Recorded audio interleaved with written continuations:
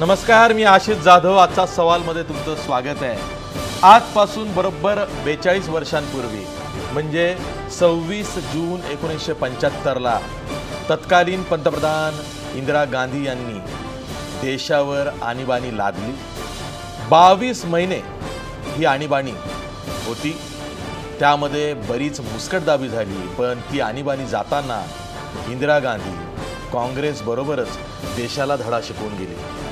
त्या आणीबाणीपासून आपण काही शिकलो आहोत का, यावर आपल्याला चर्चा करायची आहे. पण ती आणीबाणी कुठल्या परिस्थितीत लागली, कशी लागली, काय नेमकं झालं, हे एका पॅकेजच्या माध्यमातून आपण बघणार आहोत. 1973 पर्यंत इंदिरा गांधींनी काँग्रेस पक्षावर स्वतःचं निर्विवाद वर्चस्व प्रस्थापित केलं होतं. पण त्याच वेळी देशाच्या कारभारावरची त्यांची पकड सैल झाली होती. मान्सून लांबला होता. महागाई बरोबरच इतर समस्या वाढल्या होत्या. देशाचं अर्थकारण ठप्प झालं होतं. 14 लाख रेल्वे कर्मचारी 3 आठवडे संपावर गेले होते. अशातच रस्त्यावर उतरलेल्या विद्यार्थी संघटनांनी गुजरातमधल्या काँग्रेस सरकारला राजीनामा देण्यास भाग पाडलं.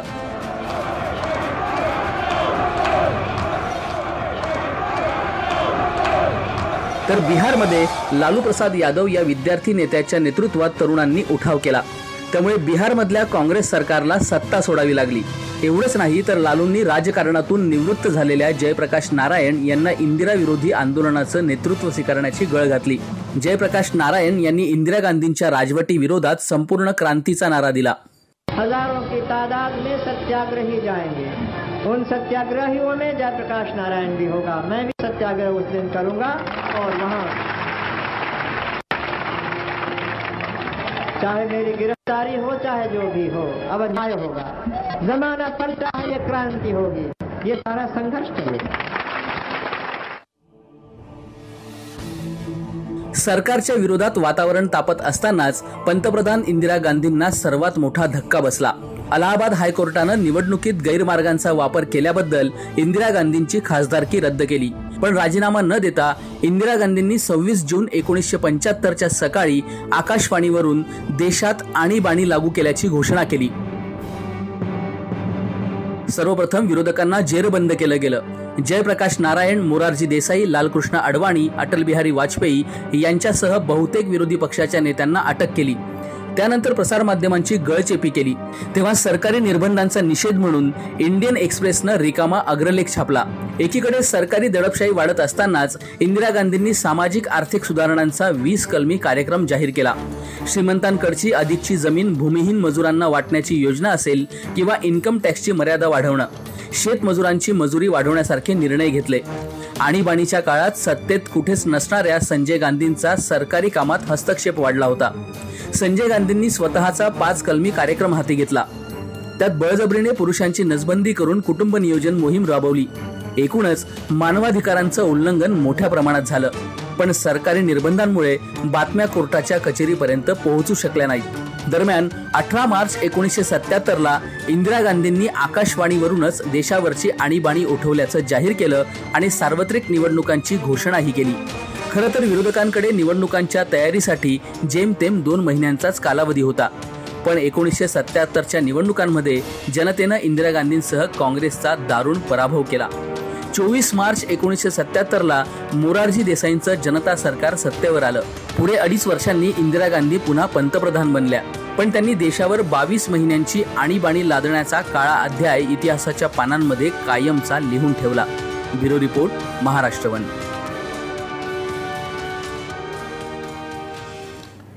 ही होती 1975ची आणीबाणी. आणि सध्या देशात काय चाललंय? खरं तर इंदिरा गांधींनी लादलेली आणीबाणी हे काँग्रेससाठी अवघड जागेचं दुखणं बनलेलं आहे. पण कोणताही प्रसंग असू दे, कुठल्याही परिस्थितीतला प्रसंग असू दे, त्यावरती घटनात्मक मार्गानं तोडगा निघाला पाहिजे अशी अपेक्षा असते. सध्या काय चाललंय? अनेक टीकाकारांचं असं म्हणणं आहे की पंतप्रधान नरेंद्र मोदी हे सुद्धा इंदिरा गांधींच्याच मार्गाने चालले आहेत. त्यामुळं काँग्रेसनं तर आरोपच केला आहे, तो म्हणजे सध्या देशात अघोषित आणीबाणी असल्याचा. यावरच आहे आपला आजचा सवाल. आपला आजचा सवाल बघा. देशात सध्या अघोषित आणीबाणी असल्याचा काँग्रेसचा आरोप पटतोय का? हे आपल्या आजच्या सवालमध्ये काही महत्त्वाचे मुद्दे दडलेले आहेत, ज्यावर आपल्याला सविस्तर चर्चा करायची आहे. मुद्दा क्रमांक 1, सांस्कृतिक कट्टरवादातून देशाच्या विविधतेला तडा जातोय का? मुद्दा क्रमांक 2, स्वातंत्र्य मूल्य जपण्यासाठी समाजानं कायम सतर्क राहणं गरजेचं आहे का? मुद्दा क्रमांक 3, आणीबाणी सदृश्य परिस्थिती टाळण्यासाठी सक्षम विरोधी पक्ष हवा का? शेवटचा मुद्दा क्रमांक 4, धर्मनिरपेक्ष म्हणजे सेक्युलर राष्ट्र हेच भारताचं बलस्थान आहे का? हे होते आपले चर्चेतले मुद्दे.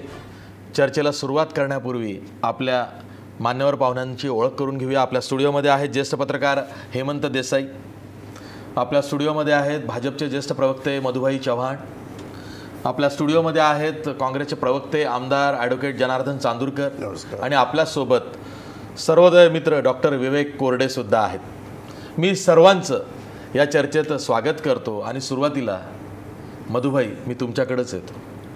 आपण 1975ची आणीबाणी बघितली, तुम्ही तर आणीबाणीमध्ये तुरुंगात सुद्धा गेला होतात, पण सध्या अघोषित आणीबाणी आहे असा आरोप काँग्रेस करते, तो तुम्हाला पटतोय का? मला असं वाटतं की day on which he take oath, त्यांनी शपथ घेतलेल्या दिवसापासूनच पाण्यात बघणं अशा प्रकारचा जो प्रकार आहे तो काही अपवाद सोडता काही लोक वास्तव टीका करतात, ती स्वीकारली पण पाहिजे. त्यात पत्रकार असतील, विचारवंत असतील, काही काँग्रेस अन्य पक्ष सगळे चुकीचे आहेत, बदमाश आहेत, आम्हीच फक्त चांगले आहोत असा दावा माझा नाही.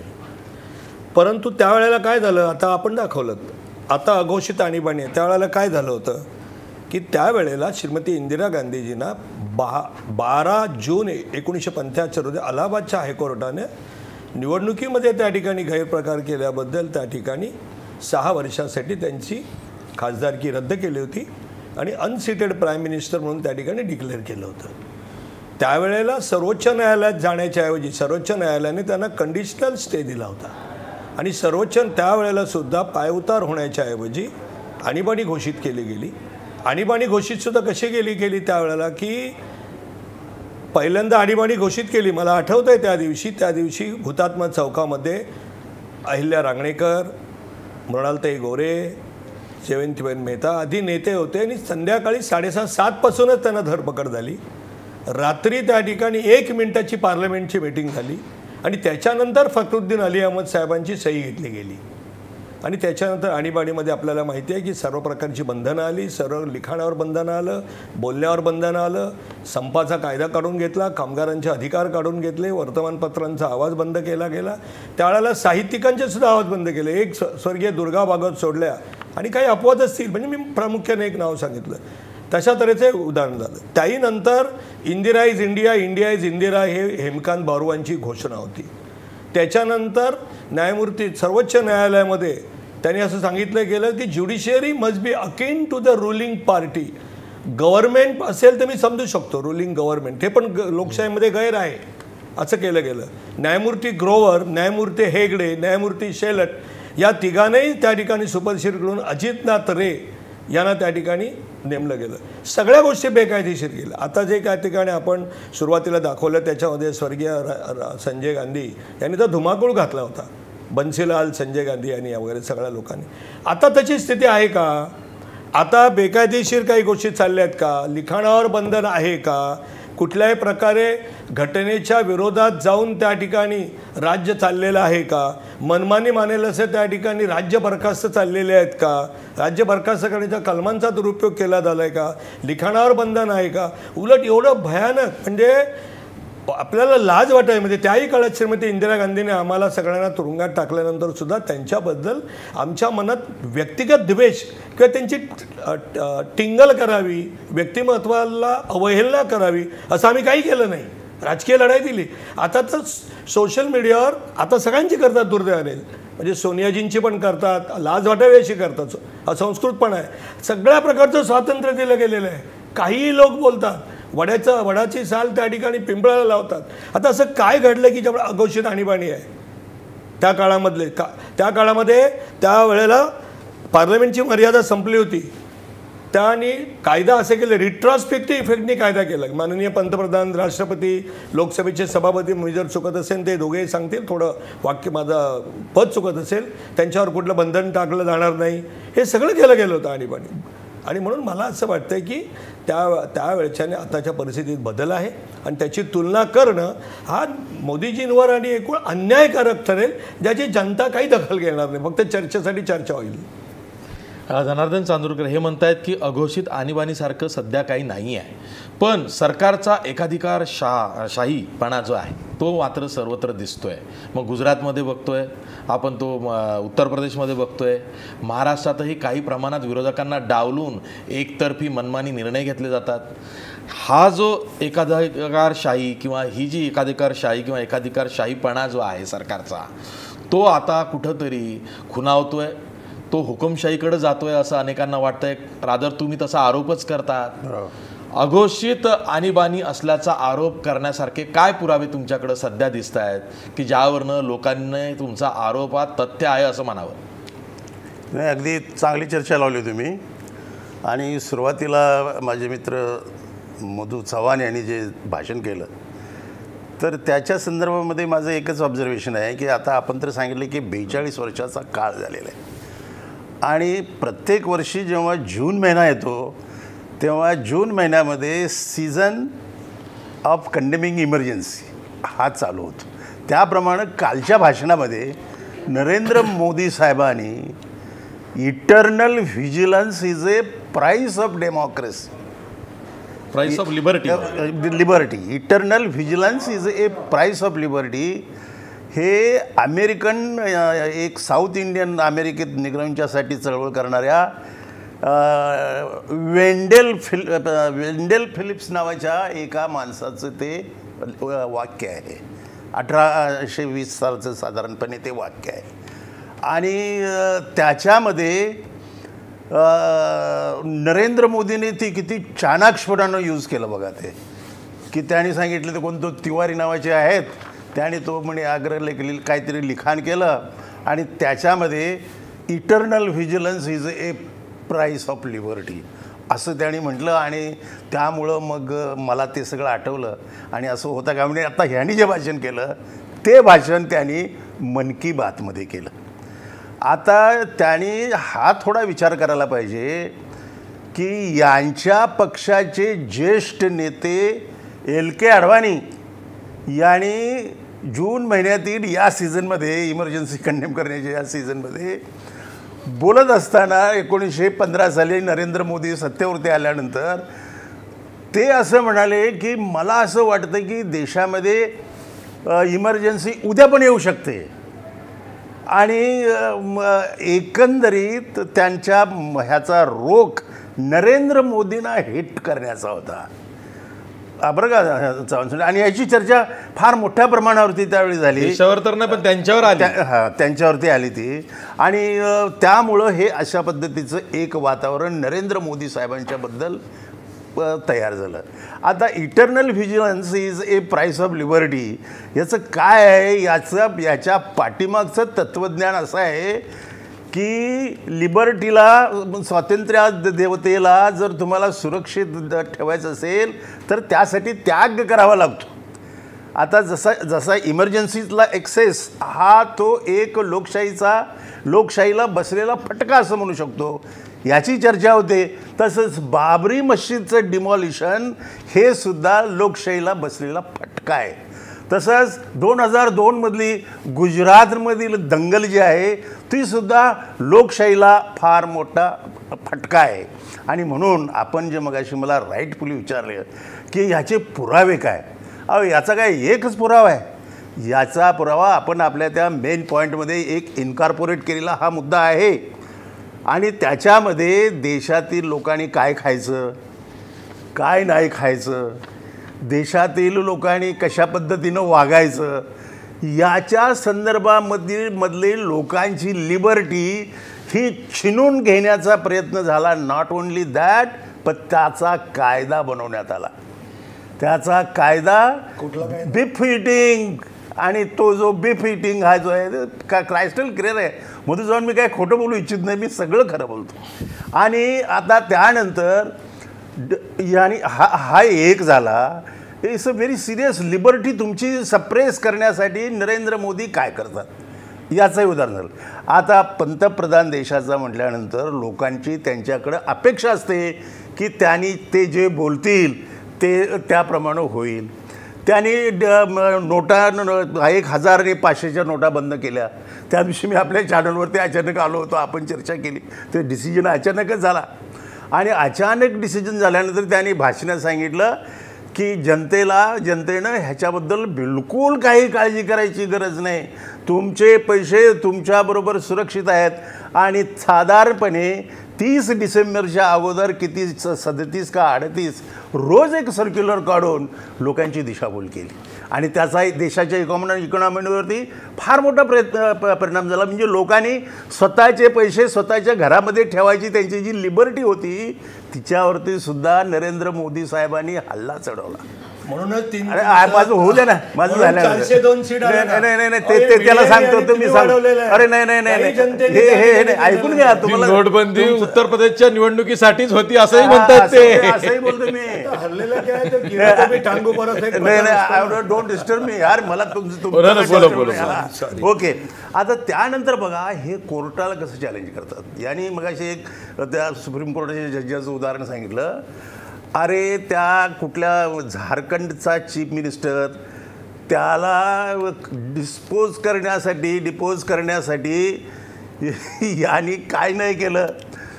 हायकोर्टाची ऑर्डर, सुप्रीम कोर्टाची ऑर्डर सगळी बाजूला ठेवून एका खाजगी याच्यामध्ये बैठक घेऊन त्याला मग चीफ मिनिस्टर त्यांचा स्वतःचा केला. अर्थात नंतर ते हे म्हणतात त्याप्रमाणे निवडून आले असतील ही गोष्ट अलग आहे, त्याच्याबद्दल माझं ऑब्जेक्शन आहे. परंतु देशाची घटना पायदळी तुडवण्याचं काम, लोकशाहीमध्ये ज्युडिशरीचं असणारं काम, ज्युडिशरीला न जुमानण्याचं काम कुणी केलं? नरेंद्र मोदींनी केलेलं आहे. आणि आज एक फार मोठा क्रिटिसिझम आहे तो असा आहे की नरेंद्र मोदी डिमॉनिटायझेशनचा निर्णय असो किंवा दुसरा कोणताही निर्णय असो, कॅबिनेटला किंवा बाकीच्या त्यांच्या कुठल्या सहकार्याला ते कन्सल्ट करत नाहीत.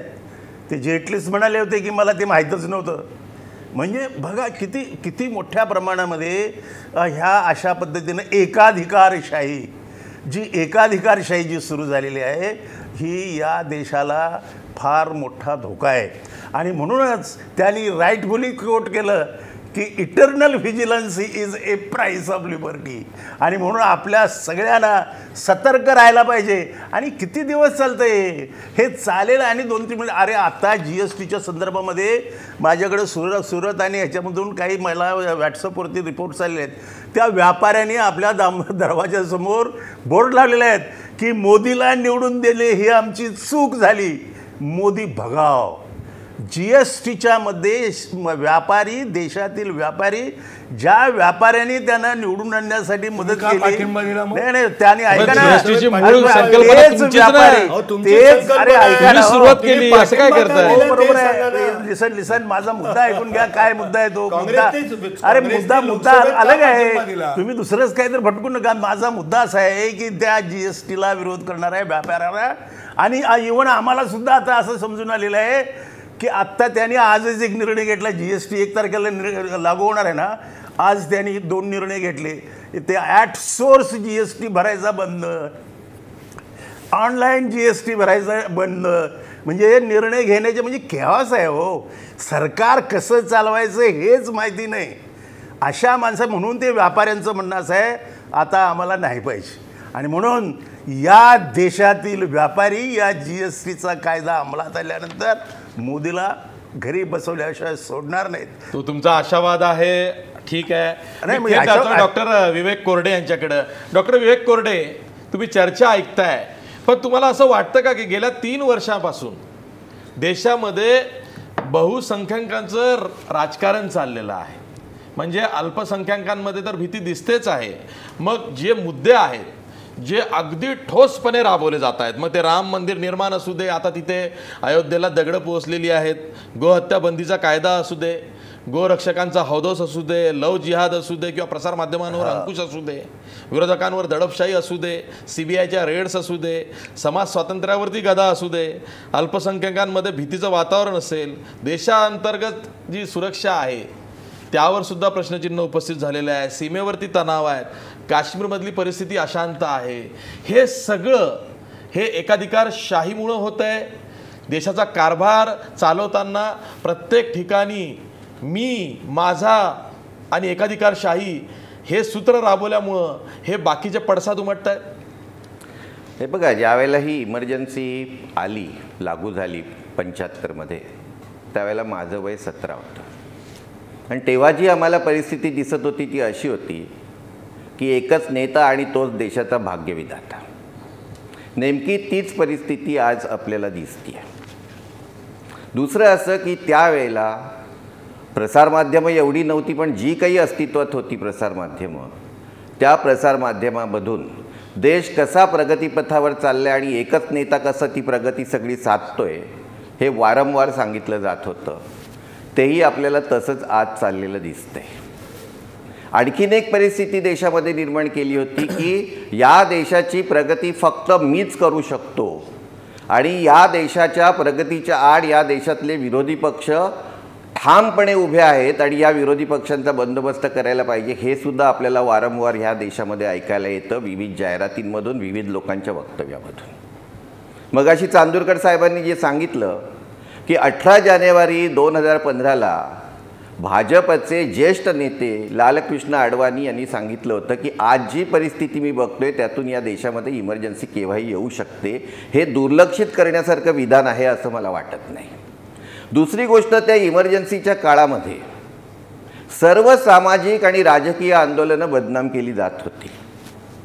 आपण जर गुजरातमध्ये जर आपण पाहिलं तर तिथलं आरक्षणाचं आंदोलन, मेवानींचं दलितांना हक्क मिळावेत ह्याचं आंदोलन, हे कशा प्रकारे या दोघांनाही तुरुंगात टाकण्यात आलं ते आपण पाहिलेलं आहे. कन्हैया कुमारला ज्या पद्धतीने डॉक्टर्ड व्हिडिओ बनवून अटक करण्यात आली तेही आपण पाहिलेलं आहे. नुसती अटक करण्यात आली नाही, इतकं भयानक वातावरण की न्यायालयाच्या परिसरामध्ये कन्हैया कुमारवरती हल्ला करण्यात आला. या सगळ्या गोष्टी बघितल्यानंतर या देशामध्ये जशी इमर्जन्सीच्या काळामध्ये परिस्थिती निर्माण केली होती तशीच परिस्थिती झालेली दिसते आणि यावर सगळ्यात कडी केलेली, दुर्लक्ष करता येणार नाही. एक सैन्य प्रमुख जेव्हा असं म्हणतात की सैन्याचा देशाला, लोकांना धाक वाटला पाहिजे.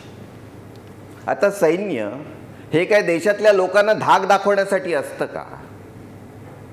ज्या पद्धतीने काश्मीरमध्ये एका युवकाला गाडीवर बांधून फिरवलं जातं अत्यंत असंविधानिक पद्धतीने, बेकायदेशीरपणे, आणि त्या सैन्याधिकाऱ्याला उच्च पद दिलं जातं, त्याचं समर्थन केलं जातं, अशी परिस्थिती ज्यावेळेला निर्माण होते देशामध्ये, त्यावेळेला जर असा आरोप केला जात असेल की देशात 1200 लोक चालून आल्यानंतर तुम्ही काय कौतुक करताय? परिस्थिती आहे, 1200 लोक त्यांच्यावर चालून आल्यानंतर काय करायला पाहिजे होतं? हे तत्वज्ञान सगळ्यासारखं झालं. बरोबर आहे. कन्हैया कुमार सारख्या देशद्रोहाची काय बाजू घेत आहे? नाही नाही, देशद्रोही तो देशद्रोही आहे हे कुठं सिद्ध झालं? 1200 लोक चालून आल्यानंतर काय करायला पाहिजे होतं? 1200 लोक दगडफेक करायला चालल्यानंतर हा तत्वज्ञान सांगताय तुम्ही. या तत्वज्ञानाला देशातली जनता कवडीची किंमत देत नाही. पूर्णपणे लक्षात कवडीची किंमत देत नाही. 1200 लोक चालून आल्यावर काय करायला पाहिजे होतं? दगडफेक 1200 लोक करायला लागल्यानंतर काय करायला पाहिजे होतं? तेवढं करतात. या देशामध्ये हिंदू राष्ट्र आणायची भाषा जे करतात, चर्चा रंगेल. जनता त्याला कवडीची किंमत देणार नाही या चर्चेला. 1200 लोक चालू झाल्यानंतर त्या सेनाधिकाऱ्यांनी काय करायला पाहिजे होतं? हा ठीक आहे, कोरडे साहेब ते म्हणतात 1200 लोक चालून आले, त्याच्यासमोर नाईलाज होता. ते सांगा, मी तुमची क्षमा मागतो. 1200 लोक चालून आल्यानंतर दगडफेक करणाऱ्यांनी काय करायला पाहिजे होतं? ऐका जरा एक मिनिट माझं, तुम्हाला माझी कळकळीची विनंती आहे. एखादा जमाव आला तर पोलिसांकडे वेगळ्या प्रक्रिया असतात. पहिला तो त्या ठिकाणी आव्हान करतो मागे जा, मग लाठ्या उगारतो, मग अश्रुधूर सोडतो, मग हवेत गोळीबार करतो आणि मग संकेतानुसार फार हिंसक झाला तर ते कमरेखाली गोळी मारेल. सैनिकांना असे त्या ठिकाणी लुटूपुटीचे आदेश नसतात. समोर आलेले लोक दगड मारत होते, ते आपल्या नागरिकांना गोळ्या घालू शकत नव्हते, अश्रुधूर सोडू शकत नव्हते आणि मग त्यांना वाचवण्यासाठी युक्ती करण्यासाठी त्यांनी समोर केलं. कसलं कौतुक करताय हो.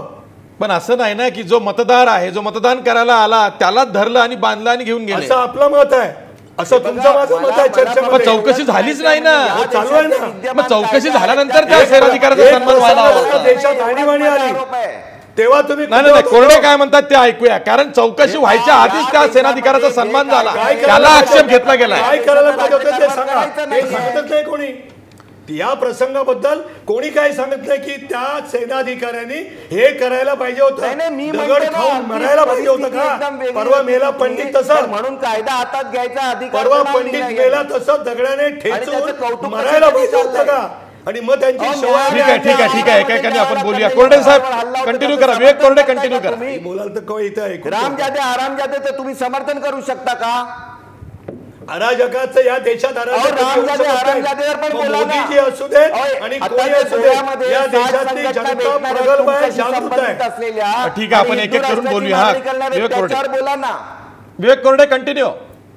तुम्ही जे आज 60 संघटना आज गोव्यामध्ये भेटणार आहेत काही दिवसांनी आणि हिंदू राष्ट्राची मागणी करणार आहेत आणि सोयीस्करपणे याच्यातून RSS आणि विश्व हिंदू परिषद बाजूला राहिले, ते देशद्रोही आहेत की देशप्रेमी आहेत ते एकदा सांगा. देशाची घटना आम्ही मानणार नाही असं म्हणणारे ते वेडे आहेत, मूर्ख आहेत. जे लोक या देशाला हिंदू राष्ट्र करा म्हणतात ते लोक या देशाची घटना मानतच नाहीये. देशाची घटना मानणार नाही असं बोलणारे ते गोव्यातले कोण होते ना, ते वेडे आहेत, ते चुकीचं बोलतायत, मूर्ख आहेत, त्यांचं आम्ही समर्थन. त्याच वेळी गोरक्षकांच्या हौदोसावरती पंतप्रधान काहीच बोलत नाहीत, अजूनही बोललेले नाहीत. असं नाही आहो, त्यांनी सांगितलं की हे तथाकथित आलेले आहेत, हे बोलले आहेत. ते नाही, ते गोरक्षकांचा निषेध करणारे काहीही बोललेले नाही, त्यांनी हौदोस घातला. त्यांनी स्पष्ट सांगितलं की हे कोणी आले मोठे गोरक्षक, त्यांनी स्वतःला सावरावं. त्याचं समर्थन भारतीय जनता पक्ष कधीच करत नाही. 18 कोटी मुसलमान, 20 कोटी या देशाचे नागरिक आहेत. जेवढा हिंदूंना अधिकार आहे तेवढा त्यांना आहे, हे मानणारे आम्ही आहोत. त्यांनीच आम्हाला 100 पैकी 73 सीट मुस्लिम बाहुल्य उत्तर प्रदेशात निवडून दिल्या. ध्रुवीकरण आहे. कन्सॉलिडेशन ऑफ वोट मध्ये काय होतं, बहुसंख्याकांचं राजकारण होतं आणि त्यातून मतांचं दृढीकरण होतं. आणीबाणीची तुलना बोला ना, की आता आणीबाणी आहे ही त्याची उदाहरणं बोला. ठीक आहे बोला. डॉक्टर कोरडे, मी येतो तुमच्याकडे नंतर पुन्हा. आपल्यासोबत हेमंत देसाई आहेत. हीच भाजपची दुहेरी नीती आहे. पंतप्रधान विकास पुरुष आहेत आणि भाजप पक्ष वेगळा वागतोय. भाजपचे इतर नेते हे जातीयवादी, हिंदुत्ववादी वागतात, पंतप्रधान मात्र स्वतःला सेफ ठेवतात. ते फक्त दुरून मजा बघतात. एक लक्षात घ्या तुम्ही की आत्ता मधू चव्हाण जे म्हणाले ते अंशतः खरं आहे की पंतप्रधानांनी त्याचा निषेध केला. ते असं म्हणाले त्यावेळी की हत्या करायची असेल तर माझी करा, यांची करू नका. पण हे केव्हा म्हणाले ते, तर सगळा गदारोळ झाल्यानंतर सगळ्यात शेवटी म्हणजे लोकांनी म्हटलं की बोला काही असं म्हटल्यानंतर सांगितलं होतं, पण सगळं संपलेलं होतं. ताबडतोब रिॲक्ट व्हायला पाहिजे होतं, ताबडतोब ॲक्शन घेतली पाहिजे त्याच्याबद्दल, याबद्दल आग्रह ठोस भूमिका घेतली पाहिजे. आता आपण असं म्हणतो आहे आणीबाणीची चर्चा, पहिली आणीबाणी, दुसरी आणीबाणी, अघोषित आणीबाणी. आडवाणींनी स्वतः म्हटलेलं होतं की अघोषित आणीबाणी आहे. दुसऱ्या दिवशी त्यांचा प्रेशर आला असेल माहीत नाही मला, दुसऱ्या दिवशी त्यांचा खुलासा आला की मला तसं म्हणायचं नव्हतं वगैरे. आता याचा आपण अर्थ असा लावू की हे अघोषित आणीबाणीचंच उदाहरण आहे ठळकपणे. कारण आडवाणींना ज्या प्रकारे बोलून दिलं जात नाही किंवा ते बोलले तर त्यांच्यावरती टोल सेना आहे, त्यांची टोल सेना जबरदस्त आहे. म्हणजे ज्या प्रकारे आज दिल्लीमधनं सगळं नियंत्रित होतं, ज्या प्रकारे समाज माध्यमातून हल्ले होतात हे आपण बघितलं पाहिजे. फली नरिमन यांचा आज जो लेख आहे इंडियन एक्सप्रेसमध्ये, त्यामध्ये एक त्यांनी महत्त्वाचं वाक्य म्हटलं आहे की जेव्हा बहुमत असतं एखाद्या पक्षाकडे मोठं, त्या बहुमतशाहीमधनं डिक्टेटरशिपकडे जाण्याचा धोका असतो.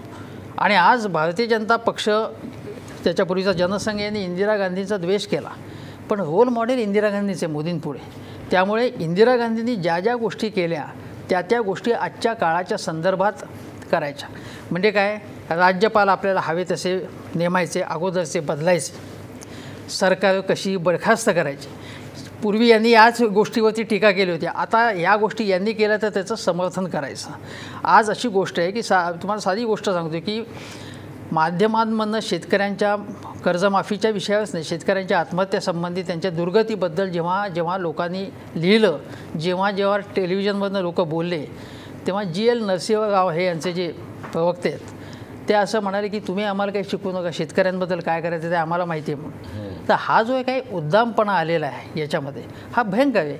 NDTV इंडियाचं प्रक्षेपण बंद करता तुम्ही एक दिवसासाठी का होईना, NDTVवरती छापा टाकता आणि छापा टाकल्यानंतर तुम्ही असं म्हणता की अगोदरच्या सरकारने ती कारवाई केलेली होती. आत्ता तुम्ही त्याच्या संबंधी कुठलाही पुरावा देत नाही. अशी असंख्य उदाहरणं सांगता येईल. ज्यावेळी मुरुगनसारखा जेव्हा लेखक, मी म्हणतो की मी लेखक म्हणून आत्महत्या करतो आहे, तेव्हा कुठल्याही राज्यकर्त्या म्हणजे नेहरू होते, पंडित नेहरूच असते पंतप्रधान त्या क्षणी त्यांनी त्याची भेट घेतली असती. पण मग तुला असं का वाटतं आहे, ज्यावेळी एखादा लेखक म्हणजे तुम्ही सोल्जनित सिंग बघा किंवा साखारावसारखे लोक बघा की ज्यांनी रशियामध्ये सोव्हिएत युनियन असताना ज्यावेळी त्यांचा आवाज जो झाला त्याच्यानंतर सत्ता बदल घडला, तिथे लोकांचा आवाज बनला तो.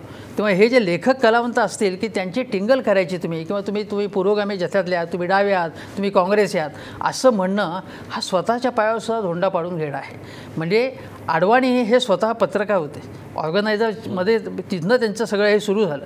अडवाणी नभोवाणी मंत्री होते. असा गृहस्थ जेव्हा असं म्हणतो, केवळ मोदींचे ते विरोधक आहेत लोक असं समजतात म्हणून म्हणत नाही मी, पण अशा टीकेची तुम्ही दखल घेतली पाहिजे. आज अनिश कपूर यांच्यासारखा शिल्पकार जगविख्यात, सलमान रशिदीसारखा लेखक हे जेव्हा म्हणतात तेव्हा सगळेजण एका कळपातले असं तुम्ही त्यांच्यावरती शिक्का मारायचा. आणि ते का असं म्हणतायत हे तुम्ही लक्षात घेतलं पाहिजे. कैरानामध्ये जेव्हा तुम्ही म्हणाले की मास एक्झोडस होतो तिकडनं, म्हणजे सगळे मुसलमान जणू काय अत्याचार करतात, त्याच्यानंतर तो इश्यू त्यांनी फायदा घेतला आणि त्यानंतर तो इश्यू सोडून दिला. काय झालं बा पुढे, स्थलांतर इतक्या मोठ्या प्रमाणात झालं होतं का, तर तसं झालेलं नव्हतं. आज अनेक माध्यमांवरती सुद्धा ज्या प्रकारचं एक प्रकारचा दबाव टाकला जातो आहे, तिथल्या माणसांवर दबाव टाकला जातो आहे, तिथल्या व्यवस्थापनावरती दबाव टाकला जातो आहे, हे लोक बघतात. आता तुम्ही म्हणाल की याचे पुरावे द्या, सगळ्या गोष्टीचे पुरावे देता येत नाही, पण या गोष्टी चाललेल्या आहेत, पैशाच्या प्रभावाखाली नक्कीच चाललेल्या आहेत त्या. आणि संसदेला तुम्ही संपूर्ण बायपास करता जेव्हा मनी बिलच्या माध्यमातून. तुम्ही काय करता जेव्हा अनेक दिवस संसदेमध्ये तुम्ही हजर राहत नाही, म्हणजे तुम्ही असं म्हणता की जे काही टीकाकार आहेत नाही, कितीही बोंब मारा आम्ही तुमच्याकडे लक्ष देत नाही, तुम्हाला आम्ही कवडीची किंमत देतो, विरोधकांना कवडीची किंमत देतो. ही ॲटिट्यूड जी आहे ना ती अतिशय भयंकर आहे. मधूजी मगाशी असं म्हणाले की इंदिरा गांधींचा आम्ही द्वेष केला नाही, त्यांच्याबद्दल असं काही बोललो नाही. त्या काळाचं जर तुमच्याच नेत्यांची जर काही वक्तव्य बघितली असतील इंदिरा गांधींच्याबद्दल, तर ती अत्यंत भयानक अशी वक्तव्य त्यांच्याबद्दल केलेली होती, जी सोनिया गांधींबद्दल आज हिंदुत्ववादी ज्या प्रकारचे सोनिया गांधी राहुल गांधींबद्दल ज्या प्रकारचे हे करतात. मी असं म्हणेन की त्याने असं म्हटलं की ते मधुजी म्हणाले की ते चुकीचं आहे. म्हणजे त्यांच्यासारखे जे काही मवाळ नेते आहेत यांच्यामध्ये ते असं म्हणतात ना, म्हणजे हा जो काही हिंदुत्ववादी प्रवाह फोर्सचा जो दबाव सगळ्या पक्षावरती आहे, जो आज एकेकाळी कसं होतं की काही मवाळ लोक होते याच्यामध्ये, म्हणजे मवाळपंथी, पण आज संपूर्ण पक्षावरती जर यांचा जर संपूर्ण दबाव येत असेल, जहालवादी, हां, जसं आता काँग्रेसमध्ये जहाल आणि नेमस्त वाद होता जो, तसा आता जहालवाद्याचा जर पगडा असेल तर त्याचे देशावरती परिणाम होतात. आणि केवळ आणीबाणी म्हणजे काँग्रेस आणि भाजपपुरती लढाई हे नाही, लोकांचा संबंध आहे याच्यामध्ये. लोकांचं अभिव्यक्ती स्वातंत्र्य, विचार स्वातंत्र्य, संचार स्वातंत्र्य याचा संबंध आहे. काँग्रेस आणि भाजप यांच्यातल्या मारामारीशी संबंध नाही. आज जर या प्रकारचं जे आहे की दडपशाही जे ममता बॅनर्जींनी काय केलं होतं, व्यंगचित्रकार असतील लेखकांवरती काय केलं होतं, जयललिता तर त्यांच्या तिथे पत्रकारांना उभ्याच करायचे नाहीत, त्या काही त्यांना किंमत द्यायची नाही. ते नवीन पटनाईक काही किंमत देत नाहीत पत्रकारांना किंवा त्यांची दखलच घेत नाहीत. ते केवळ पत्रकारांची दखल घ्यावी असं नाही, पण हे तुम्ही लोकांचे प्रतिनिधी आहेत. नरेंद्र मोदींनी 3 वर्ष झालं पत्रकार परिषद नाही घेतली नाही. आणि मन की बात करतात. मनमोहन सिंग जेव्हा घेत नव्हते तेव्हा त्याच्यावरती ओरड हेच नाही. मनमोहन सिंग जेव्हा घेत नव्हते तेव्हा जाहीरपणे टीका केलेली आहे भाजपवाल्यांनी, अनेकदा टीका केलेली आहे. आता तुम्ही घेत नाही आणि तुम्ही असं म्हणतात, सल्ला देतात ते पत्रकार काय म्हणतात, काय लिहितात, काय बोलतात, त्यांच्या काही तुम्ही म्हणजे थोडक्यात किंमत देऊ नका, हे शब्द वापरत नाही ते, तुम्ही त्यांच्याकडे लक्ष देऊ नका, तुम्ही तुमचं काम करा. हा जो भाग आहे ना, हा जो एक प्रकारचा आहे की मी म्हणेन तीच पूर्व, आणि तुम्ही काय करायचं ते करा. आत्ता जे मधुजी एकदम चिडले होते तो त्यातनं आला. तो त्यातून आलेला आहे. ठीक आहे, पण इंदिरा गांधी आणि नरेंद्र मोदी यांची जरी आपण तुलना करत असलो तरी या दोघांमध्ये एक मूलभूत फरक आहे. तो हा आहे की इंदिरा गांधींचं सर्व काही एकटीनं असायचं. त्या एकट्याच निर्णय घ्यायच्या, त्या एकट्याच सगळं काही करायच्या. पण नरेंद्र मोदींच्या बाबतीत तसं नाही आहे. ते एकट्यानेच सर्व काही करतात असं समजण्याचं कारण नाही आहे. त्यामागं संघविचार आहे. नरेंद्र मोदी हे केवळ एक पात्र आहे.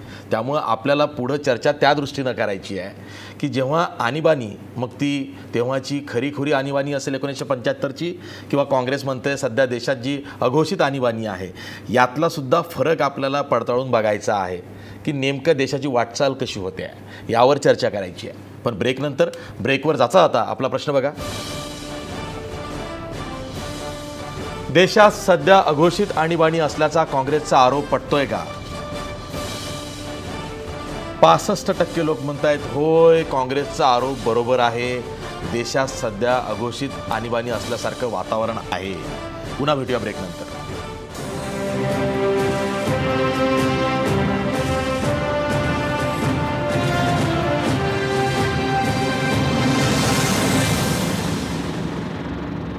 ब्रेकनंतर पुन्हा तुमचं स्वागत. मी थेट जातोय डॉक्टर विवेक कोरडे यांच्याकडं.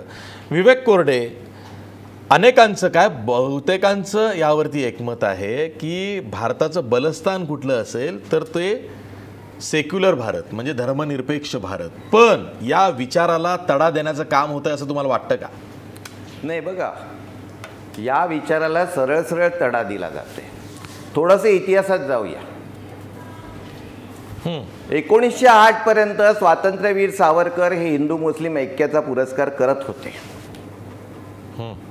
लोकमान्य टिळक, ज्यांचा आदर्श आजही मानला जातो आणि त्यांना हिंदुत्ववादी नेते म्हणून म्हटलं जातं, त्यांनी जर लखनौ करार जो 1916 मध्ये झाला, त्या करारानंतर जी कोटी केली लखनौ याच्यावरती, आणि जे म्हटलं की या देशातल्या तिसऱ्या शक्तीला घालून दिल्यानंतर आम्ही बघून घेऊ, या देशाला स्वातंत्र्य मिळवायचं असेल तर या देशातल्या हिंदू मुसलमानांनी ऐक्य करायला पाहिजे. आता ज्या लोकांना बदलले आणि त्यांना इंग्रजांना घालवण्याशी काही देणं घेणं राहिलं नाही आणि जातीयवादाचं राजकारण जे करत राहिले, मुस्लिम लीग, RSS, हिंदू महासभा, या लोकांना हे काही नकोच आहे ना हिंदू मुस्लिम ऐक्य. या देशाची स्वातंत्र्य चळवळ, हा देश सेक्युलर का झाला? कारण काँग्रेसनी आणि विशेषतः गांधींच्या नेतृत्वाने या देशातल्या दलितांचा, स्त्रियांचा, अस्पृश्यांचा, शेतकऱ्यांचा, कष्टकऱ्यांच्या उत्थानाचा आशय भारतीय स्वातंत्र्य आंदोलनाला जोडला आणि त्यातून जी एक आयडिया ऑफ इंडिया तयार झाली, ती आयडिया ऑफ इंडिया हाच या देशाचा आधार आहे. आणि तो सर्वांना समान नागरिकत्व देणारा, आचार विचार स्वातंत्र्य देणारं भारतीय संविधान हाच भारतीय राष्ट्रीय एकात्मताचा आणि भारतीय सेक्युलरिझमचा आधार आहे. आता याच गोष्टीवर जर सरळ सरळ हल्ला केला असेल, कोणी काय खातो, आजपर्यंत 10 माणसं त्याच्यावरती तो काय खातो म्हणून लिंच करण्यात आली, ठार मारण्यात आली. ही जी पद्धत आहे आणि या देशामध्ये रामजादे आणि हरामजादे अशा प्रकारचं वातावरण जे निर्माण केलं जातंय, ते या देशाच्या ऐक्याला अत्यंत घातक आहे.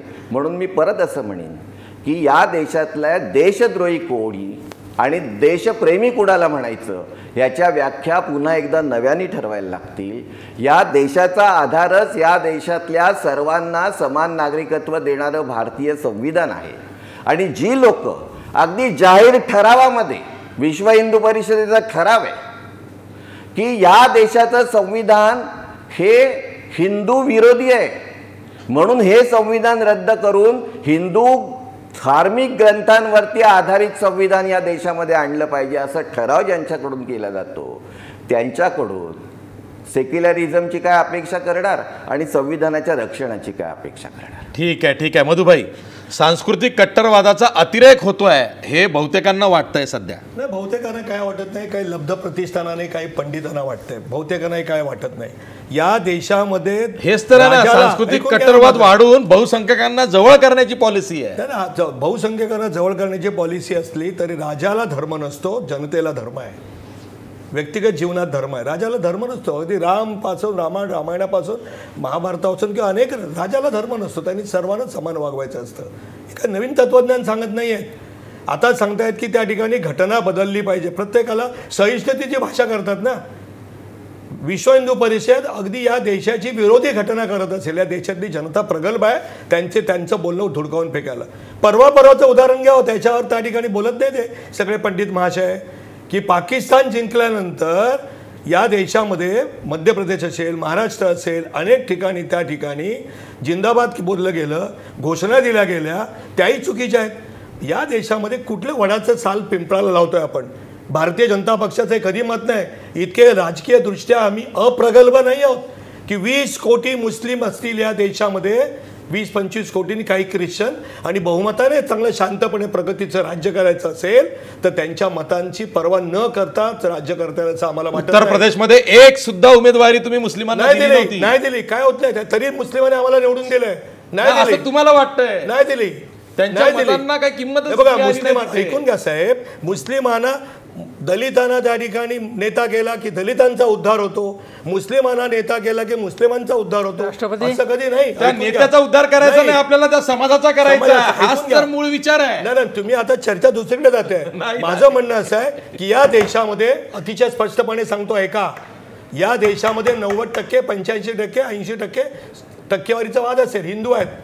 हिंदूंच्या योग्य भावनांची कदर बहुसंख्यकांच्या केलीच पाहिजे. आता रमजानचा महिना नुकताच संपला. रमजानच्या महिन्यामध्ये जे काय मुस्लिम कायद्यानुसार चालणारे देश आहेत त्या ठिकाणी या काळात हॉटेल्स बंद असतात. मग दुबईला जा, अरब देशामध्ये जा, तिथे बाकीचे धर्माच्या लोकांनी दिवसभर काही खायचं असेल तर हॉटेलमध्ये खा. तिथे का आम्हाला, आम्ही हिंदू आहोत, ते त्यांच्या धर्माप्रमाणे चालतात. तिथे जगात कुठे होत नाहीत. विश्व हिंदू भारत वेगळा आहे ना. हो ना, आहे ना. विश्व हिंदू परिषदेने केलेला ठराव जसाच्या तसा भारतीय जनता पक्षाने आपल्या कार्यकारिणीत स्वीकारलाय. असं झालंय का? ते म्हणतात ते बरोबर आहे. जे कोणी 10 मूर्ख लोक आहेत ज्या जगात, राम हे राम, भारतीय जनता पक्ष सत्तेवर आल्यानंतर विरोधक त्या ठिकाणी तुटून पडत असताना पक्षाला सहानुभूती दाखवणाऱ्या काही लोकांनी संयम पाळायची वेळ आहे. मी जाहीर सांगतोय की कोणी काय खायचं ते ठरवतील. गोरक्षा करावी, गोवंशाची हत्या बंद करावी, हे त्या ठिकाणी गांधीजींचं नाव सोयीसाठी घेऊ नका. तो गांधीजी नाही म्हटलं होतं की गायीची हत्या करू नये, गोवंशाची हत्या करू नये. हा वादाचा विषय होऊ शकतो. या देशात चर्चा होऊ शकते. आणि एक लक्षात ठेवा तुम्ही जाधव साहेब की या देशातली जनतेवर माझा विश्वास आहे, प्रगल्भ आहे. आम्हाला ज्यांनी निवडून दिलं आणीबाणीत त्यांनीच आम्हाला 1980 साली घरी बसवलं, आम्ही भांडलो म्हणून. अवघ्या 2 वर्षात. 2 वर्षात. त्याचं कारण आम्ही नव्हतो, मधुलिमी होते, दुहेरी सदस्य. तो आज चर्चेचा विषय नाही. पण जनता प्रगल्भ आहे. जनता प्रगल्भ आहे. 95 साली आम्हाला कोण हरवू शकतो अशी मिजाज आताचे राष्ट्रवादीने काँग्रेसला आली होती. लोकांनी आम्हाला निवडून आणलं, त्यांना घरी बसवलं. 2004 मध्ये शायनिंग इंडिया. तेच सांगतोय मी. शायनिंग इंडिया आमची शब्दरचना चुकली, प्रचाराची आम्ही कमी पडलो. आणि फक्त त्या ठिकाणी हे सांगू शकतील फक्त 18 आणि 19 जागा लोकसभेत कमी पडल्या, जास्त नाही. पण सत्ता गेली. हो, गेली ना. म्हणजे मला तेच म्हणायचं आहे की या देशातली जनता प्रगल्भ आहे. जे हिंदूंचं, आणि होय मी तुम्हाला आपल्याला एक सांगतो लोकमान्य टिळकांच्या कराराबद्दल, त्यांचा उद्देश चांगला होता तरी लखनौ कराराचा नंतर गैरफायदा घेतला गेला. साहेब, हा इतिहास आहे. टिळकांच्या महान विभूतीबद्दल तुम्हाला आम्हाला सगळ्यांना आदर आहे, पण हा इतिहास आहे ज्याला डॉक्टर बाबासाहेब आंबेडकरांनी सुद्धा विरोध केला होता. हे सत्य आहे ना. मी एखादी गोष्ट केली म्हणून मी अगदी जगातलं सगळं सत्य सांगतोय असं आमचं मत नाही. लखनौ करार हा उद्देश चांगला होता स्वर्गीय टिळकांचा, पण त्याचा गैरफायदा घेतला गेला आणि त्याच्यानंतर परिणाम अनेक आपण उपभोगलेले आहेत, भोगलेले आहेत. म्हणून मला असं वाटतंय की या देशाचा आधार हा सर्व धर्माला समान वागणूक असाच आहे, तसाच असला पाहिजे. तेच आपलं बलस्थान आहे, शक्तिस्थान आहे. त्याला कुठे धक्का देत नाही. एवढं मोठं मन दाखवलेलं आहे कुठे secular India, Hindu is our identity. अरे जे secular India, is our path. ऐका हो साहेब, याला काय एवढं दुःख झालंय हो. 1526 साली राम आलेला आहे. ते मंदिर तोड. होय, बाबरी मस्जिद नव्हती, तो ढाचा होता. तो ढाचा पडल्याचं या देशात कोणाला आम्हाला काहींना राम हा काल्पनिक पात्र सुद्धा वाटतंय. दुःख नाही. मस्जिद पाडली ते महाकाव्य आहे रामायण असं म्हणणं. ज्यांना वाटते त्याने वाटू दे. ऐकून घ्या. एक उदाहरण देतो. काहींनी विचारलं की रामाचा तिथे जन्म झालाय कशावरून. हजरत बालवरून चर्चा झाली. हिंदूंनी नाही विचारलं की तो बाल हजरतचाच होता का? हिंदूंनी नाही विचारलं, एका हिंदूंनी विचारलं नाही. हजरत बाल होता, तो मिळवला पाहिजे, त्याची पुन्हा होते तिथे प्रतिष्ठापना केली पाहिजे. तिथे यांच्या सगळ्यांच्या जिभा लुळ्या पडल्या होत्या. त्यावेळेला कोणी विचारलं नाही रामाचा जन्म इथेच झाले का विचारणाऱ्यांनी? होय, तिथे राम मंदिर झालंच पाहिजे, पण ते कायद्याने होईल. वस्तुस्थिती काय? आज तिथे मीर बाकीनी 1528ला बांधलेली मस्जिद आहे, होती ती पाडली गेली. तो ढाचा आज कुठे? अयोध्येला ती भारत स्वतंत्र झाल्यावर काय होतं तिथे? 1526 साली बाबर आले. हो, राम त्याच्या पूर्वी होते. बाबरांनी ते मंदिर तोडून तिथे त्या ठिकाणी मंदिर बांधलं. तो वादाचा विषय जाऊ दे. पण भारत कधी स्वतंत्र झाला? 1947 ला. मग तेव्हाची जी परिस्थिती आहे ती आपण ऍक्सेप्ट करूया ना. सगळी नाही करता येणार. 2000 वर्षांनी इस्रायल राष्ट्र निर्माण झालं. विंचवासारखा संसार ज्यू लोकांनी आपल्या पाठीवर घेतला आणि स्वतःला हवं तसं राष्ट्र निर्माण केलं. एकदी जिद्द असते ना. हा, हे बरोबर आहे. राम मंदिर सर्व सहमतीने होईल, कोणाला न दुखवता होईल, कायद्याची बंधनं पाळून होईल. त्याच्या आधी दगड गेली तिकडे जाऊ दे, तयारी निर्णय कोर्टाचा सुद्धा झालाय, सुप्रीम कोर्टाचा. त्यामुळे या देशाला संस्कृती वगैरे कोणी कोणाला काही करणार नाही. जो कोणी या देशात अशा तऱ्हेचं हुकुमशाही आणण्याचा प्रयत्न करेल. आता इंदिराजींनी सुद्धा म्हटलं होतं 22 जूनला त्यांचं भाषणातलं एक वाक्य आहे की they said that I am dictator but today yes when I was not, yes I am. म्हणून त्यांना त्या इंदिराजींच्या चांगल्या कामाबद्दल कौतुक केलं गेलेलं आहे. म्हणून मला असं वाटतं की आता काय झालं, एकच वाक्य बोलतो, ज्या दिवशी ते सत्तेवर आले त्या दिवसापासून देशात एक त्यांच्या विरोधात, बीजेपीच्या विरोधात विषारी वातावरण तयार करण्याचा प्रयत्न केलाय. अरे आम्ही लोकशाहीच्या माध्यमातून आलो आहोत, जनतेनं आम्हाला निवडून दिलंय, जनता आम्हाला पाडेल. पण ते आधी बोलले नाही. आधी तुम्ही नारा लावला की आम्हाला देश हा भारत काँग्रेस मुक्त करायचा आहे.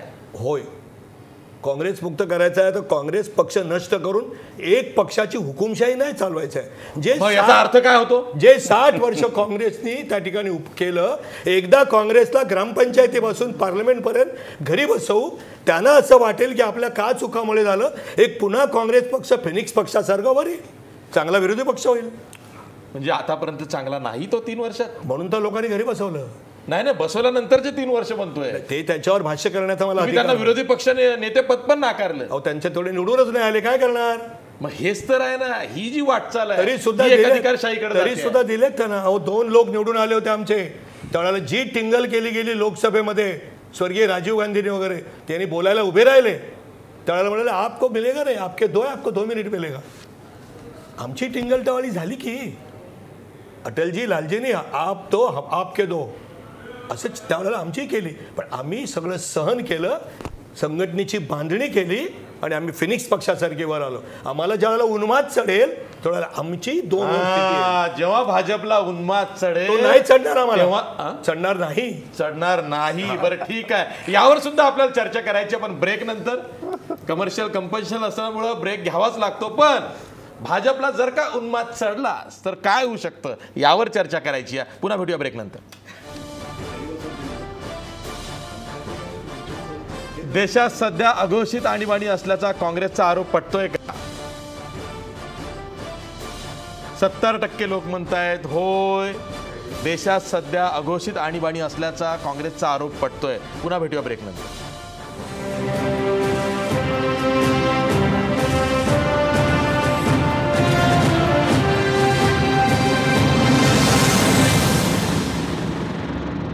ब्रेक नंतर पुन्हा तुमचं स्वागत. मी थेट जातोय जनार्दन चांदोरकर यांच्याकडे. जनार्दन चांदोरकर, सत्तेवर आल्या आल्या अमित शहा असतील किंवा नरेंद्र मोदी असतील, कारण हे 2-3 चेहरेच भाजपचं काम करताना दिसतात. म्हणजे नरेंद्र मोदी पंतप्रधान म्हणून, अमित शहा आणि अरुण जेटली. फार तर या सर्वांनी एकच नारा आधी दिला की काँग्रेस मुक्त भारत करायचा.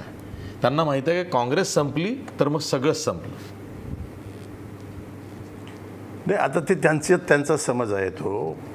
आणि खरं म्हणजे मधू चव्हाणांचं आता चांगलं अतिशय इंटरेस्टिंग भाषण झालं. It was really entertaining. आता काय आहे की रामाच्याबद्दल आणि बाकीच्या गोष्टीच्याबद्दल आपण जो म्हणत होता की Ramayana is a epic poem, म्हणजे ते एक महाकाव्य आहे, जसं Paradise Lost is a epic poem. कारण आर्किओलॉजिकल पुरावे सापडतच नाही भक्कम असे जे काही धरून बांधून आणलेले आहेत त्यामुळे गाडी पुढे सरकत नाही. त्यातून एक गोष्ट शिकायची आहे की रामाच्या ज्या क्वालिटीज आहेत त्या क्वालिटीज आपल्यामध्ये यायला पाहिजेत. हे त्याच्यातून आपल्याला मॉरल लेसन्स घ्यायचे आहेत. परंतु ते आता अशा पद्धतीनं त्याच्यावरती जर आपण 21व्या शतकामध्ये हट्ट करू लागलो तर मग ते सुपरस्टिशन आणि ह्याच्यातलं जे पूर्वीचं ते 5000 वर्षापूर्वीचं जे युद्ध होतं की मग तो पायातून जन्माला आला, मग तो हातातून जन्माला आला, मग तो मांडीतून जन्माला आला, मग तो तोंडातून जन्माला आला. The same philosophy will continue. आणि आता दुर्दैवानं हिंदुत्ववाद याची कल्पना आणि ह्याची चर्चा जी टेलिव्हिजन चॅनल्सवरती चालू आहे त्याच्यामुळं लोकांना अशी समाजामध्ये एक भीती आहे की तेच ते 2%, 4% लोक देशाच्या 96% लोकांच्यावरती बुद्धीच्या जीवावरती परमेश्वराच्या तोंडातून जन्माला आलो म्हणून राज्य करू पाहतात काय, ही भीती तयार झालेली आहे लोकांच्या मनामध्ये. आणि त्याच्या पाठीमागं या फिलॉसॉफीला ॲडव्होकेट करणारी विश्व हिंदू परिषद किंवा या फिलॉसॉफीला ॲडव्होकेट करणारी राष्ट्रीय स्वयंसेवक संघाची चळवळ उभी आहे. आणि म्हणून देशामध्ये एक अत्यंत चिंतेचं वातावरण तयार झालेलं आहे. अरे भारताच्या संविधानाचा उल्लेख आता आपले जे मित्र पॅनलिस्ट जे आहेत डॉक्टर कोरडे यांनी जो उल्लेख केला त्याच्या संदर्भामध्ये मी आपल्यासमोर सांगू इच्छितो. इट वॉज अ फॅक्ट की त्या व्यंकटचलम नावाच्या सुप्रीम कोर्टाच्या जज्जाच्या समोर जज्जाच्या अध्यक्षतेखाली एक पॅनल नेमलं की त्यांनी भारतीय घटनेमध्ये चेंजेस करण्यासाठी. आणि मी स्वतः आमदार होतो. मी 1,00,000 सह्या घेऊन मुंबईवरून तिथं जाऊन त्यांना सांगितलं की असं चालणार नाही. आता ही गोष्ट लोकांना माहिती नसेल परंतु देशाच्या कानाकोपऱ्यामध्ये ही चर्चा चालू आहे. आणि म्हणून मी मोदींच्यावरती यांनी जे भाष्य केलं किंवा बाकी गोष्टी याच्यापेक्षा या देशातील लोकांना ओल्ड सिस्टम रिस्टोअर करण्याचा मानस मोदी सरकारचा आहे काय याच्या संदर्भाची चर्चा आहे. आणि त्याचबरोबर बुद्धीच्या जोरावरती स्वतःच्या हातामध्ये पॉवर ठेवायची आणि मग तुला हे देणार नाही, तुला हे देणार, अशा प्रकारची संपूर्ण जी यंत्रणा बदलण्याचा प्रकार चालू झालेला आहे. आणि संपूर्ण यंत्रणा बदलून त्याचा परिणाम आता असा होत आहे की शेतकऱ्यांच्या कर्जाची परिस्थिती पहा. अरे 70% लोक आहेत महाराष्ट्रामध्ये आणि देशामध्ये. त्या 70% लोकांना त्यांना ते जर उपाशी मरत असेल हे भारतीय राज्यघटनेप्रमाणे अन्न वस्त्र आणि रोटी ही देण्याची सरकारची हे आहे, जबाबदारी आहे. म्हणजे आम्हाला काय माहीत नाही, आम्ही 1 पैसा देणार नाही. तुम्ही काय बोलताय काय, तुम्ही काय नाईलाज झाल्यावर दिले की मग द्यायला द्यायलाच पाहिजे, नाही तर उकडून टाकेल जनता. It is a matter of time only. असं आहे की ज्या इंदिरा गांधीला लोकांनी उकडून टाकलं त्याच इंदिरा गांधीला 3 वर्षानंतर परत सत्तेवरती बसवलं. तेव्हा मधू चव्हाणजी आता तुम्हाला एकदा लोकांनी निवडून दिलेलं आहे, त्याचा जर गैरवापर होत असेल तर लोक तुम्हाला उकडून फेकल्याशिवाय राहणार नाहीत.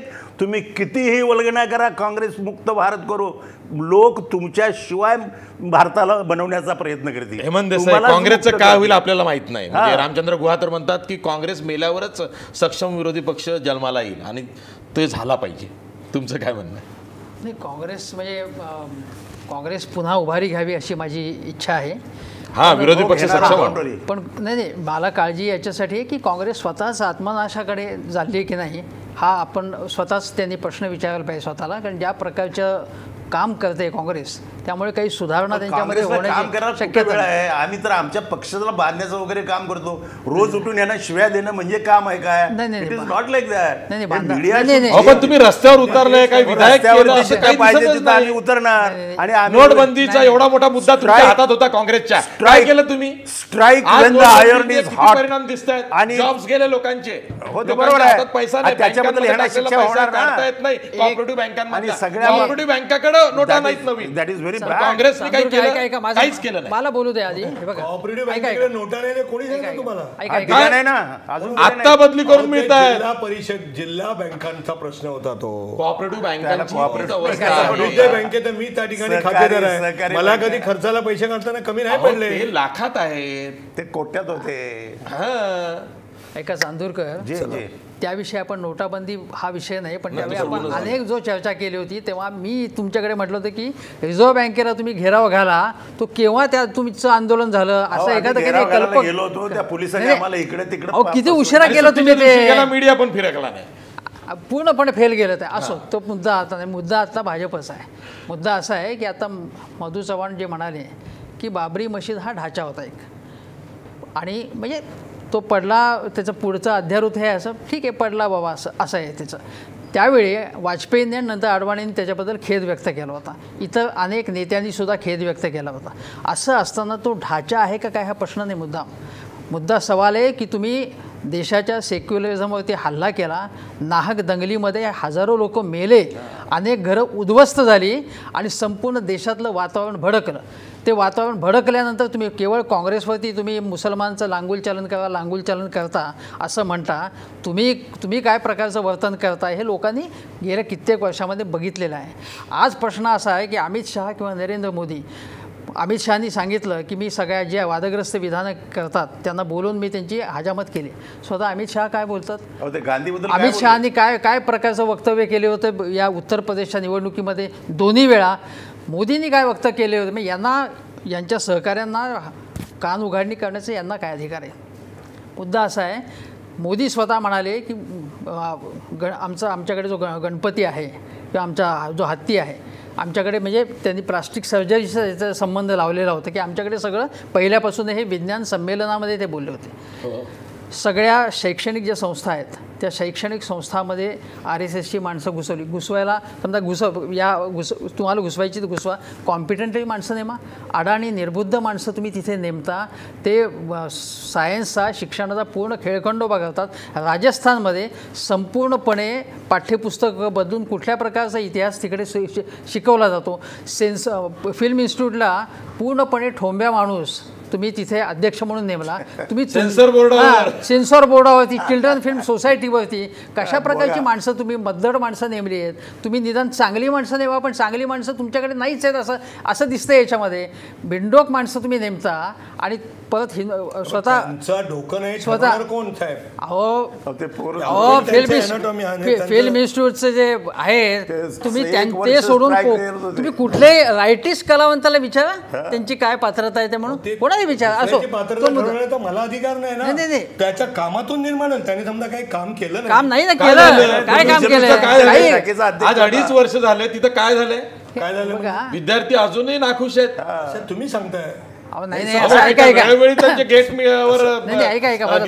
पॉइंट नाही मधुजी, ऐका तुम्हाला समर्थन करणं तुम्हाला भाग असेल त्याच्यामध्ये ते ठीक आहे, तुम्ही करा समर्थन, पण तो मुद्दा पटण्यासारखा नाही. स्वतः जे फिल्म इन्स्टिट्यूटचे मुख्य आहेत ते सोडून सगळेजण त्यांना शिव्या घालतात की उजव्या डाव्या सगळ्या प्रवृत्तीचे, मधल्या प्रवृत्तीचे, सगळ्या प्रवृत्ती. मुद्दा असा आहे की शिक्षण, धर्म, विज्ञान ही यांचं हे सगळं बाहुबल याच्यात आहे भाजपचं, आणि त्यामुळे ते सगळं बदलून त्या सगळ्या संस्थांचा ताबा घेऊन आपण आपल्या पद्धतीची विचारसरणी रेटायची. ते रेटताना सांगायचं आहे की आम्ही भारताचा सेक्युलर ढाचा आम्ही हे करतोय, असं संरक्षण करतोय, पण ते करताना पद्धतशीरपणे ध्रुवीकरण करायचं. हे हिंदू राष्ट्र करायचं नाही, हे आहेच असं मोहन भागवत म्हणाले होते. आहेच हिंदू राष्ट्रच आहे असं ते म्हणाले होते. आणि आत्ता मधुजी म्हणाले की बहुसंख्य हिंदू आहेत, याचा अर्थ आहे ठीक आहे, बहुसंख्य हिंदूंची भावना जाणा, तुम्ही त्यांना त्यांच्या मागण्या मान्य करा, अमान्य करा, कोण म्हणतोय, पण याचा अर्थ मुसलमान आणि ख्रिश्चन हे दुय्यम नागरिक आहेत, आमचे नोकर आहेत, आम्ही त्यांना तुच्छ वागणू असं म्हणण्याचं कारण नाही आहे. नाही, असे अनेक जण तुमच्यापैकी साध्वी असतील किंवा अनेक जण वादग्रस्त नेते बोलतात. वरिष्ठ काय ज्येष्ठ नेते असं म्हणाले पत्रकारांशी ऑफ द रेकॉर्ड बोलताना की, म्हणजे मी ते आता ऑन रेकॉर्ड सांगतोय नाईलाजानं, ते म्हणाले आम्ही मुस्लिमांचे लाड फक्त बंद केलेले आहे, बाकी जे आहे ते सुरू आहे. हो ना, अटलजीने अडवाणीने सांगितलंय की justice to everybody, appeasement to none. काँग्रेसने अपीजमेंट केली, जस्टिस दिलं नाही. जस्टिस काँग्रेसने दिलं असतं तर काँग्रेस पासून मुस्लिम दूर गेले नसते. आम्ही आजही म्हणतोय की न्याय सगळ्यांना सारखा आणि लांबून चालन कोणाचं नाही. तुम्ही ऑफ द रेकॉर्ड का मी ऑन द रेकॉर्ड सांगतोय. ठीक आहे मी शेवटी जातो डॉक्टर विवेक कोरडे यांच्याकडे. विवेक कोरडे, भाजपची जी वाटचाल आहे किंवा नरेंद्र मोदींची जी वाटचाल आहे त्यातून तुम्हाला पुढं काय दिसतं यावरती पुन्हा ते उत्तर देणार आहेत. पण तसं न होता काय व्हायला हवं की भारताची ओळख ही सेक्युलर इंडिया अशीच कायम राहील, भारतामध्ये लोकशाही अशीच चांगल्या पद्धतीनं नांदेल, भारतामध्ये कधीही एकाधिकारशाही येणार नाही, यासाठी काय व्हायला हवं? नाही, मधु चव्हाणजींनी जो या देशातल्या जनतेवर विश्वास व्यक्त केला त्याच्याशी मी सहमत आहे. आणि या देशातल्या सेक्युलरिझमला जी आयडिया ऑफ इंडिया आहे ती नष्ट कधीही करता येणार नाही याच्यावरही माझा पूर्ण विश्वास आहे. आणि मधु चव्हाणांचं मी अभिनंदन करतो की ज्या लोकांनी घटना बदलायची मागणी केली ते मूर्ख आहेत असं अशा पद्धतीचं विधान त्यांनी केलं, याबद्दल मी त्यांचं अभिनंदन करतो. घटना मानत नाही बोलले त्याचा मी निषेध केला. आणि जे लोक पाकिस्तान जिंकल्यानंतर फटाके वाजवतात ते अत्यंत निषेधार्ह आणि तीच लोक सामाजिक तेढ निर्माण करतात. मला मुद्दा मांडायचा आहे तो वेगळा आहे की हे संघ आणि भाजप गांधींचा वापर सोयीस्करपणे करतात. गोरक्षण, गांधींना गोवंशाची वृद्धी करून गोरक्षण करायचं होतं. आणि रामाच्या बाबतीत गांधीजींनी स्पष्टपणे म्हटलेलं आहे रामराज्याच्या बाबतीत की माझ्या कल्पनेतला राम कधी अस्तित्वात होता की नव्हता ते मला माहीत नाही. माझ्या कल्पनेचं रामराज्य हे पूर्णपणे लोकशाही असेल आणि इतकी विकसित लोकशाही असेल की त्यातल्या हजारावर विरोधात जरी एक माणूस असेल तरी त्याचं म्हणणं ऐकलं जाईल. हे गांधींचं रामराज्य आहे हे लोकांना सांगितलं पाहिजे. गांधी जो सोयीस्करपणे वापरला जातोय आज त्याला माझी निश्चितपणे हरकत आहे. गांधीजींची गोरक्षा आणि गांधीजींचं रामराज्य हा एकदम वेगळा विषय आहे. राम मंदिर बनून या देशामध्ये रामराज्य येणार नाही, तर या देशाच्या स्वातंत्र्य आंदोलनातून विकसित झालेली आयडिया ऑफ इंडिया आणि ती आयडिया ऑफ इंडिया प्रत्यक्ष राबवण्यासाठी आमच्या देशाने निर्माण केलेलं संविधान हेच या देशाच्या राष्ट्रीय एकात्मतेचे आणि खरं तर देशाचे आधार आहेत.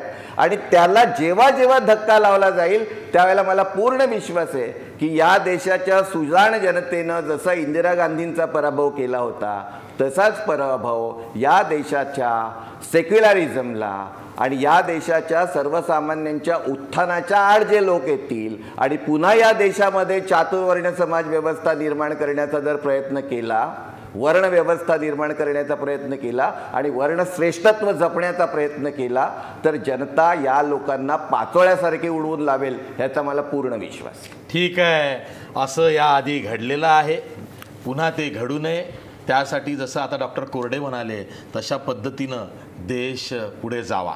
आज इथंच थांबूया. जाता जाता आपला प्रश्न बघा. देशात सध्या अघोषित आणीबाणी असल्याचा काँग्रेसचा आरोप पटतोय का? 78% लोक म्हणतायत हो, देशात सध्या अघोषित आणीबाणी आहे. हा जो काँग्रेसचा आरोप आहे तो पटतोय. आज इथंच थांबूया. पहा फक्त महाराष्ट्र वन.